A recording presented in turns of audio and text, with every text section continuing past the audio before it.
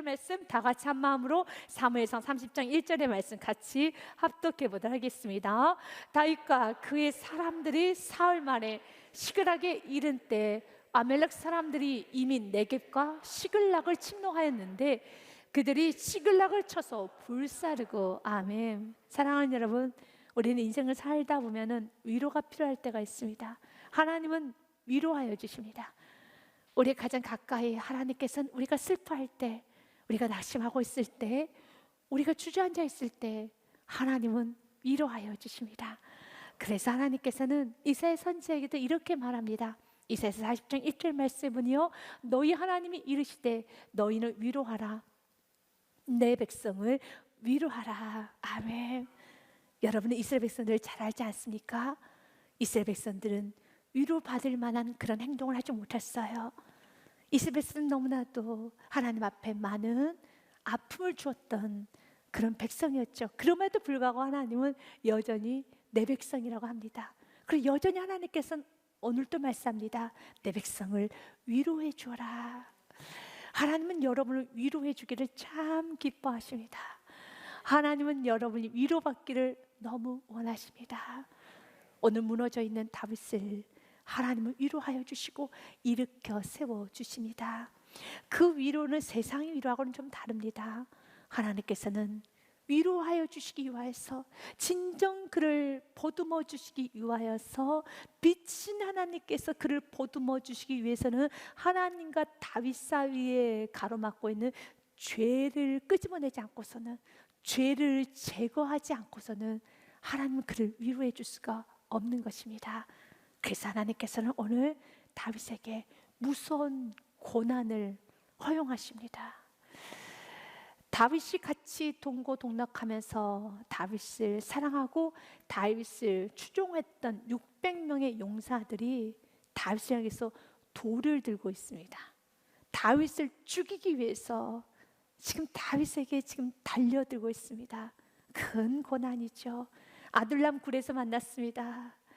같이 웃고 슬퍼하며 같이 지냈던 나의 동지들이 이젠 다윗을 향해서 죽이기 위해서 돌을 들고 있습니다. 그럼 왜 그렇게 다윗을 사랑했던 용사들이, 600명의 용사들이, 그들이 다윗을 향한 사랑이 미움으로, 다윗을 향한 존경이 다윗을 향해서 증오로, 분노로 바뀌어지게 되었을까요? 그 이유는 1절부터 5절 말씀까지 그 이유가 기록이 되어 있습니다. 다윗과 그의 사람들이, 여기서 그의 사람들이란 것은 다윗을 따랐던 600명의 용사들을 말합니다. 사흘 만에 시글락에 이른 때 아멜렉 사람들이 이미 네겝과 시글락을 침노하였는데 그들이 시글락을 쳐서 불살하고, 여기서 시글락이라는 것은 블레셋 땅 안에 있는 지역 이름이며 다윗과 600명의 용사들과 함께 거주하고 있는 그 땅입니다. 그런데 그 거주하고 있는 그 땅이 불이 살라진 겁니다. 성읍이 다 불타버렸습니다. 그리고 2절과 3절 말씀은요, 거기에 있는 젊거나 늙은 여인들은 한 사람도 죽이지 아니하고 다 사로잡아 끌고 자기 길로 갔더라. 다윗과 그의 사람들 600명 용사들이 성읍에 이르러 본즉 성읍은 불탔고 자기들의 아내와 자녀들이 다 사로잡혔는지라. 4절과 5절 말씀에도요, 다윗과 그에 함께한 백성이 울 기력이 없도록 소리 높여 울었더라. 다윗의 두 아내 이슬 여인 아히노함과 갈멜 사람 나발의 아내였던 아비가일도 사로잡혔더라. 자신의 아내들이, 자신의 자녀들이 다 사로잡혀간 겁니다. 집에 돌아와 보니 성읍이 불타버린 겁니다. 그래서 우는 거예요. 그러면 왜 이런 일이 일어났을까요? 왜 이런 일이 일어났을까요? 그래서 우리는 이 사건 한번 들여다봐야 돼요. 우리가 인생을 살다 보면 예기치 않은 고난이 있어요. 성경 말합니다. 고난 당하는 걸 이상히 여기지 말라라고요. 그런데 그 고난은 죄로 인한 고난도 있고 의로 인한 고난이 있습니다. 의로 인한 고난이라 함은 하나님의 뜻 가운데 거하지만 하나님께서는 그를 더 연단하기 위해서, 하나님께서 그를 크게 쓰시기 위해서 고난을 허용하시면서 그 안에 있는 불순물을 제거하며 그를 더 강하게 하나님을 훈련하시기 위해서 허용하신 고난이 있습니다. 다윗에게도 그런 고난을 주셨죠. 하나님께서는 다윗을 이스라엘의 통일된 왕국의 왕으로 기름을 붓고 난 후에 고난을 허락하셨어요. 그래서 사울이 그의 군사를 끌고 다윗을 죽이기 위해서 쫓아옵니다. 다윗은 광야에서 도망자 생활을 하네요. 그리고 또한 다윗은 많은 아픔을 겪게 됩니다. 다윗을 도왔다는 그 이유 하나만으로 제사장 85명이 죽어가는 그 소식을 듣게 됩니다. 너무 큰 아픔이에요. 그리고 신하들의 배신, 친구들의 배신, 아들들의 배신, 너무 많은 아픔을 겪게 됩니다. 하나님께서 허용하신 고난이에요. 하나님 이 고난을 통해서 다윗을 더 정금같이 더 단단하게 그를 훈련시키고 그를 세워서 통일한국의 왕으로서 하나님을 섬기고 하나님을 예배하는 왕으로서 그를 세워 놓으셨습니다. 그래서 의에 대한 고난에는 아름다운 성품의 열매가 있고요, 하나님께서 귀하게 쓰시는 이 축복을 다 받아 누리는 과정이기 때문에 이 과정에는 하나님의 위로가 넘치는 것입니다. 그래서 그런 고난의 시간에는 시편 23편에 같은 시를 짓게 됩니다. 다윗이 이런 고백을 하죠. 여호와는 나의 목자시니 내게 부족함이 없으려다. 왜 부족함이 없습니까? 그는 지금 사울 왕이 군사를 이끌고 쫓아오기 때문에 더 이상 숨을 곳도 없고 자신의 가족에 갈 수도 없고, 그는 광야에서 마치 들짐승처럼 그는 숨어 지내야 되는 것입니다. 참 부족하죠. 그런데 그 고백하는데 나는 부족함이 없습니다. 왜냐하면 여호와가 나의 목자시니, 광야도 여호와를 목자 삼고 살아면요 그 광야도 너무 아름답습니다. 그는 주옥과 같은 시편의 시를 그는 고난 때 썼어요. 그래서 고난은 참 아픈 시간이지만 주님 안에 있는 의에 대한 고난의 시간은 하나님 위로가 너무너무 커서 이런 시편의 시가 나오는 것입니다. 너무 감사합니다. 나는 부족함이 없네요. 부족함이 없습니다. 고난도 넘치지만 하나님의 위로도 너무너무 넘쳐서 그 시간이 좀 아프고 힘들지만 그럼에도 너무너무 행복하고 너무너무 감사해서 주님 은혜였습니다. 전 너무 행복합니다. 광야도 당신과 함께 하면은 아름답습니다 라는 고백을 하게 되죠. 그러나 오늘 이 아픔은, 이 어려움은 의에 대한 고난이 아니라 죄에 대한 고난인 것입니다. 죄를 지었기 때문에 이런 아픔이 온 것입니다. 다윗은 이스라엘 땅을 떠나서는 안 됐었습니다. 그런데 다윗은 이스라엘 땅을 떠나서 블레셋 땅으로 망명을 합니다. 그 이유는 다윗을 따랐던 600명의 가족들이 있었어요. 나 홀로의 몸이라면 이스라엘 땅에서 어떻게 한번 버텨보겠는데 600명의 가족들을 지켜야겠다. 나를 따르고 애통하고 아파하면서 다윗을 향해 모아졌던 다윗의 그 영적인 리더십, 다윗의 그 따뜻함, 다윗이 하나님을 사랑하는 그 마음 하나 보고 다윗을 왕으로, 지도자로 추앙하는 600명의 가족들이 있었어요. 그래서 600명이 모였습니다. 그들을 지키기 위해서는, 그들을 보호하기 위해서는 다윗은 자선을 선택했습니다. 우리 블레셋 땅으로 가자. 그래서 600명이 다윗을 따라 블레셋 땅으로 망명했으며 머물게 된 땅이 시글락이라는 땅입니다.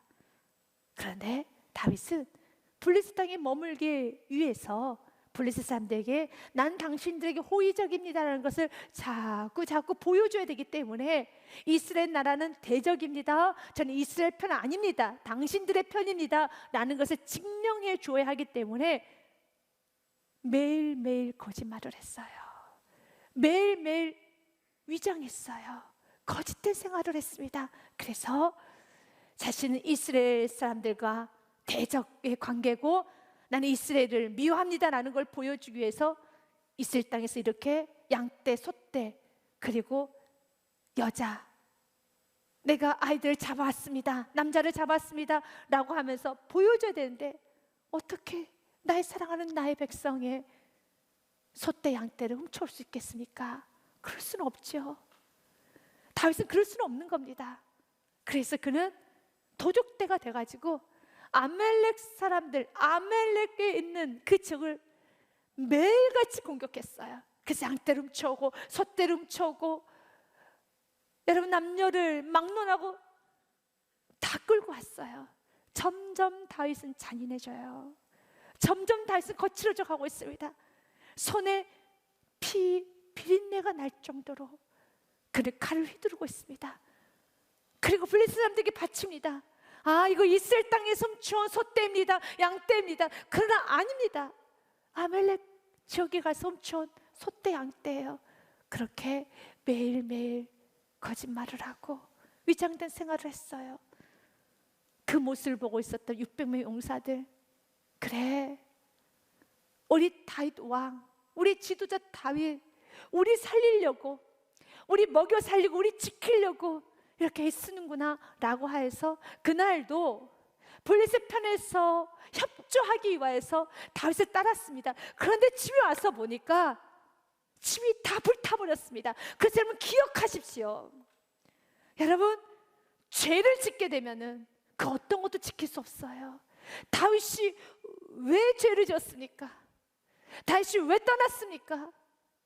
다윗은 지키기 위해서, 600명의 가족을 지키기 위해서, 아내를 지키기 위하여, 자녀를 지키기 위하여 그는 블레셋 땅에 거하게 된 겁니다. 그러나 보십시오, 죄는 결과는 우리에게 주는 건 파멸입니다. 성읍은 불탔더라. 내가 지키려고 했던 아내와 자녀들은 다 사로잡혀 갔더라. 이것이 죄에 대한 결과라는 것입니다. 그래서 죄는 우리를 파괴시켜요. 죄가 있는 곳에는 하나님이 도울 수 없습니다. 축복이 있을 수 없습니다. 마틴 로이드 존스 목사님도 이 죄 부분에 관해서 이런 말을 좀 남깁니다. 은혜는 언제나 주지만 죄는 언제나 빼앗는다. 죄는 모든 것을 빼앗고 파괴시킬 수 있을 만큼 힘이 있습니다. 그래서 사단은 오늘 또 그리스도를 찾아가서 죄를 짓게 합니다. 죄는 결국은 파괴시키는 겁니다. 죄는 파괴시키는 겁니다. 그래서 열왕기상 8장 말씀에도요, 죄를 짓게 되면 하늘의 문이 닫힙니다. 만일 그들이 주께 범죄함으로 말미암아 하늘이 닫히고 비가 없어서 주께 벌을 받을 때 이곳을 향하여 기도하며 주의 이름을 찬양하고 그들의 죄에서 떠나거든. 36절 말씀이에요. 같이 읽습니다. 주는 하늘에 들으사 주의 종들과 주의 백성 이스라엘 죄를 사하시고 그들이 마땅히 행할 선할 길을 가르쳐 주시오며 주의 백성에게 기업으로 주신 주의 땅에 비를 내리시옵소서. 아멘. 죄를 짓게 되면 하늘의 문이 닫힙니다. 그러나 다시 기도해서 주의 이름을 찬양하고 죄에서 떠나기 시작하면 하나님께서는 우리의 모든 죄를 사하여 주시고, 첫째, 이스라엘 죄를 사하여 주시고, 두 번째, 그들이 마땅히 행할 선한 길을 가르쳐 주십니다. 맞습니다. 죄가 있는 곳에는 하늘문이 닫혀요. 어떤 축복도 없습니다. 그렇기 때문에 사랑하는 여러분, 진정 여러분들이 여러분의 가족이 하나 되기 원한다면, 여러분 부부 사이가 하나 되기 원하며 부모 자녀 사이가 하나 되기 원한다면, 여러분의 삶 가운데 형통, 축복, 행복을 얻기 원한다면, 지키기를 원한다면 죄를 짓지 마십시오. 성결이 능력입니다. 가장 강력한 리더십은 정직입니다. 가장 강력한 리더십은 성결입니다. 내가 정직하지 아니하면 결국 이들이 어떻게 합니까? 6절 말씀에 보면은 다윗을 따랐던 600명의 용사들이 백성들이 자녀들 때문에 마음이 슬퍼서 다윗을 돌로 치자 하니 돌로 치는 겁니다. 그들도 다윗을 이해했어요. 다윗이 자신들을 지키기 위해서 이렇게 블레셋 땅으로 망명했다는 것을, 그리고 오늘 또 전쟁을 하고 있다는 것을, 그래서 열심히 다윗을 쫓아갔습니다. 모른 척 했습니다. 그가 거짓말을 하고 위장생활을 하는 것에 대해서도 모른 척 했습니다. 그럼 결론은 어떻게 됩니까? 돌을 들어요. 돌을 든다는 것입니다. 사랑하는 부모님이 자녀에게 학비를 대어주기 위해서, 자녀를 양육하기 위해서, 가정을 지키기 위해서 어떻게 해서든지 먹고 살아야 된다는 그 이유로 여러분들이 세상과 타협한다라면, 여러분들이 말씀 앞에 서지 못한다라면 결론은 이렇게 여러분이 지키려고 모든 것들로부터 여러분 미움을 받게 돼요. 원망을 듣게 됩니다. 너무 불쌍하잖아요. 저는 말씀 묵상하면서 왜 하나님께서 이렇게 다윗에게 성읍을 불타게 할 수밖에 없고 왜 이런 일이 일어날 수밖에 없게 되는지를 아주 조금이나마 알게 됐어요. 하나님은 다윗을 보면서 너무 많이 슬퍼했을 겁니다. 다윗은 지금 뼈가 으스러질 정도로 전쟁을 해요. 그의 손에 피 범벅이 됩니다. 피 비린내가 납니다. 피에 젖어 있어요. 왜 그럴까요? 600명을 지켜야 되는 거예요. 이러지도 못하고 저러지도 못해요. 그렇다고 이스라엘 백성들을 공격합니까? 그럴 수는 없어요. 그런데 또 600명도 지켜야 되는 겁니다. 마치 그 모습이 우리들의 모습, 우리 성도들의 모습인 것처럼 느껴졌습니다. 하나님의 살아계심을 알고 은혜도 알고 하나님의 사랑도 알기 때문에 이러지도 못하고 저러지도 못한 상태에서 다윗처럼 정말 세상 사람들처럼 막 살 수도 없고 세상 사람들처럼 욕심 부릴 수도 없고 세상 사람들처럼 살아갈 수는 없지만 그렇다고 내가 믿음만 살기에는 너무 불안하니까 내가 순종만 하기엔 너무 불안해서 다윗처럼 거짓된 생활하고 위선적인 생활을 하면서 하나님 말씀 안에 온전히 들어오지 못하고 여전히 세상에 한 발 하나님 안에서 한 발 기우뚱기우뚱하는 그 모습, 가장 피곤하게 살아가는 그 모습, 그 결과도 좋으면 모릅니다. 결과가 좋지 않아요. 죄가 있는 곳에 한 역사할 수가 없습니다. 이걸 오늘 분명히 깨닫고 가셔야 돼요. 죄가 있는 곳에는 이렇게 결론은 미움입니다. 결론은 의심, 결론은 불안, 결론은 원망, 불평, 파괴, 결론이 이렇게 무너지게 돼요. 성읍이 다 불타버립니다. 내가 지키려고 하였던 모든 가족들은 뿔뿔이 흩어지게 됩니다. 내가 지키려고 했던 물질은 다 없어져요. 이것이 죄에 대한 결과예요. 그래서 주님 오늘 깨닫기 원합니다. 다윗의 모습을 또 깨닫기 원합니다. 다윗은 너무 피곤하게 사는구나, 너무 힘들게 사는구나. 알았어, 그럼 내가 끊어줄게. 알았어, 그러면 내가 너의 그 죄된 생활을, 너의 거짓된 생활을, 너의 그 거짓말을 하면서 위장했던 그 생활을 내가 끊어줄게. 이젠 그 위선의 가면을 벗어버려라. 내가 끊어줄게. 그래서 하나님께서 과감한 칼을 드시는 겁니다. 성읍을 불태워버립니다. 그의 모든 삶을 다 불태워버립니다. 민낯을 다 드러내죠. 이제 다윗은 갈 곳도 없어요. 다윗은 어떻게 할 수가 없습니다. 그리고 마지막, 그래도 내 편이 되어서 지금까지 다윗을 잘 따랐잖아요. 단 한 번도 다윗의 명령에 여러분 거스른 적이 없었던 600명입니다. 그랬던 그 600명이 이제 다윗을 해서 증오의 눈빛으로 다윗을 향해서 돌을 들고 죽이기 위해서 달려옵니다. 600명이 한꺼번에 달려옵니다. 다윗은 그 누구도 없어요. 저절로 혼자 남은 겁니다. 그러나 혼자가 아니에요. 기억하십시오. 하나님은 다윗을 안아주고 계십니다.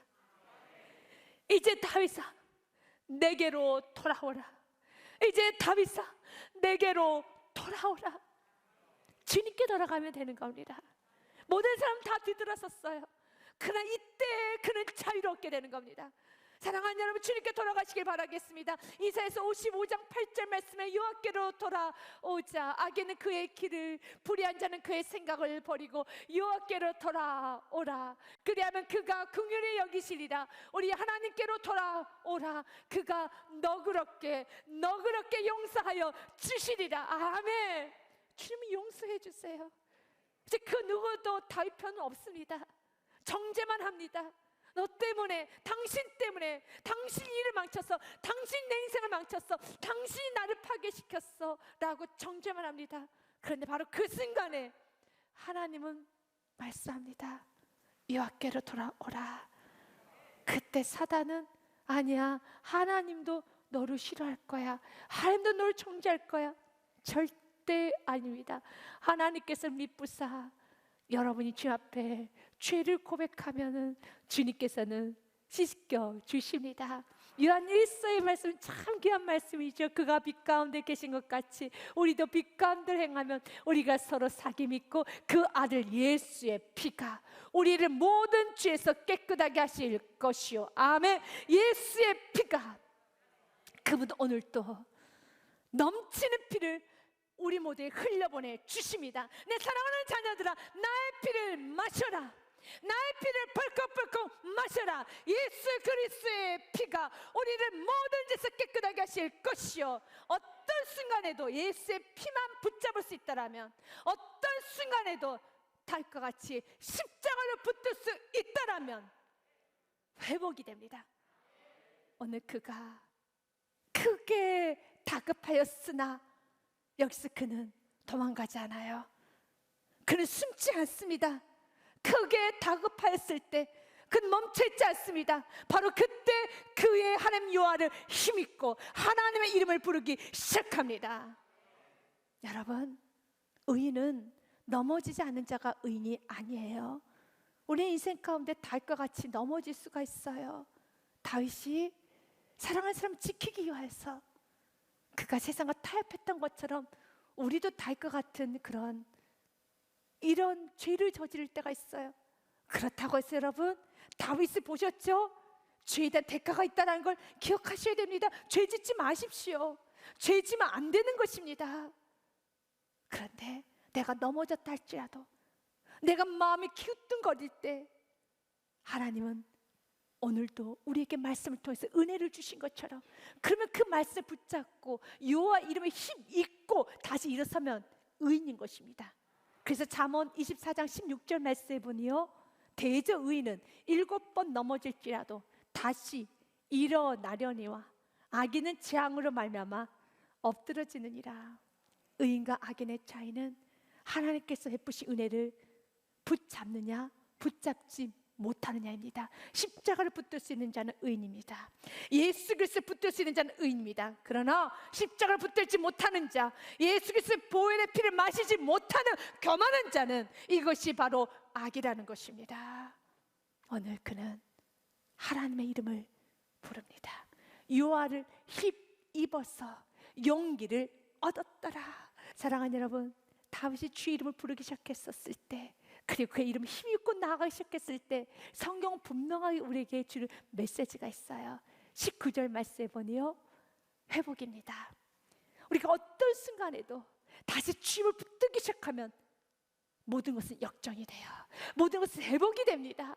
그들이 약탈하였던 것, 무리의 자녀들이나 빼앗겼던 것은 크고 작은 것을 막론하고 아무것도 잃은 것이 없이 모두 다윗이 도로 찾아왔고, 믿으십니까? 모든 것을 다시 도로 찾아왔습니다. 하나님은 우리가 주의 이름을 부르기 시작할 때 모든 것을 다시 회복시켜 주십니다. 다시 도로 찾아옵니다. 그래서 어떤 순간에도 우리는 십자가를 붙잡아야 되는 겁니다. 십자가는 과거 2000년 전에 세상의 사람들은 십자가의 상징은 죽음의 상징이었고 저주의 상징이었으며, 그 십자가에 매달린다는 것은 수치였고 그리고 실패였습니다. 그런데 그 십자가 위에 예수님이 매달려 있는 그 순간에 그 십자가는 영광의 십자가로, 부활의 십자가로 바뀌어지는 것입니다. 세상의 사람들은 예수님이 십자가에 매달렸을 때 예수님이 죽었다라고 말했습니다. 맞습니다. 그분은 죽었습니다. 그러나 그 죽음조차도 말씀을 이루는 행위였던 것 뿐이었습니다. 예수님 십자가에서 완전히 죽으시고 온 인류에게 구원을 베풀어 주셨습니다. 그리고 3일 만에 다시 살아나셨습니다. 마태복음 28장의 말씀에 보면 예수님의 시신을 찾아서 향품을 바르기 위해서 찾아온 여인들이 나옵니다. 그런데 예수님의 시신이 없는 거예요. 왜 시신이 없습니까? 예수님 살아나셨기 때문에, 예수님 부활하셨기 때문에. 엉엉 울고 있는 그 여인들을 향하여서 주의 천사가 이렇게 말합니다. 그가 여기 계시지 않고 그가 말씀하시던 대로 살아나셨느니라. 와서 그가 누우셨던 것을 보라. 아멘. 말씀하시던 대로 살아나셨느니라. 아멘.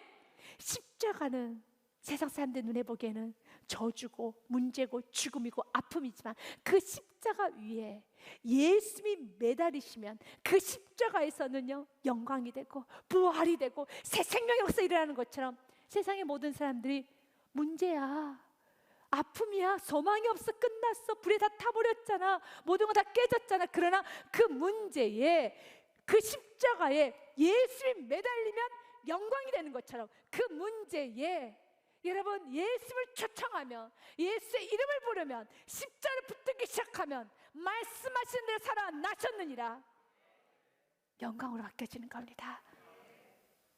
어떤 순간에도 다윗이 하나님 이름을 부르기 시작했을 때 도로 다 찾아왔다고 했던 것처럼 어떤 문제가 있습니까? 어떤 아픔이 있습니까? 그 문제, 그 아픔에 십자가를 꽂으십시오. 말씀하신 대로 살아났느니라. 예수 이름을 부르십시오. 예수 이름을 부르십시오. 그것에 놀랍게 언제 그런 일이 있었는가 기억이 나지 않을 정도로 회복이